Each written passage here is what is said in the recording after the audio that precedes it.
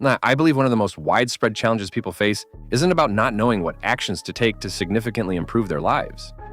Deep down, you already know what needs to be done. There's likely something you've been avoiding at all costs.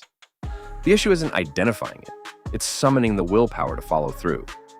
Every day when you sit down to tackle this task, a powerful resistance takes over, a feeling that seems almost unfairly strong.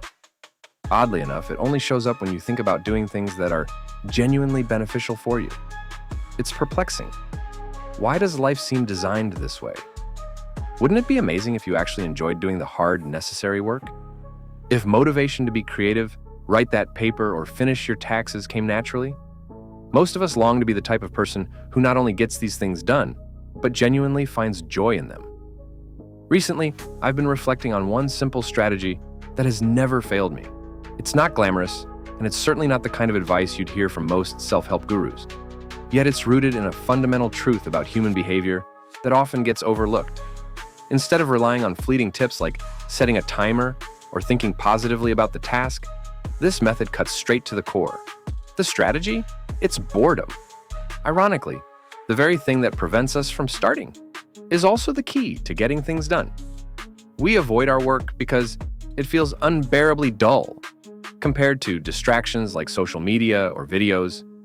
Why focus on writing that essay when Instagram is just a tap away? Here's the trick. The brain doesn't measure entertainment in absolute terms. It works on contrast. Think about stepping indoors on a bright day. The room seems much darker than it really is. Or turning on a light after waking up. It feels blinding, even though it wasn't before you went to bed. Similarly, distractions amplify the difficulty of tasks by making them feel even more unappealing in comparison. The solution is to eliminate all alternatives. Strip away every escape, sit in a space devoid of distractions, and leave yourself with only one choice: the task at hand. In this scenario, you'll do it because there's literally nothing else to do. You might doubt this simplicity, but science backs it up. A 2014 study in Science asked participants to sit alone in a room with nothing to do except think, or press a button to give themselves an electric shock. Astonishingly, 67% of men and 25% of women chose the shock, with some even pressing it multiple times, simply to avoid boredom. This shows how much humans detest being idle. This aversion is why solitary confinement is considered one of the harshest punishments.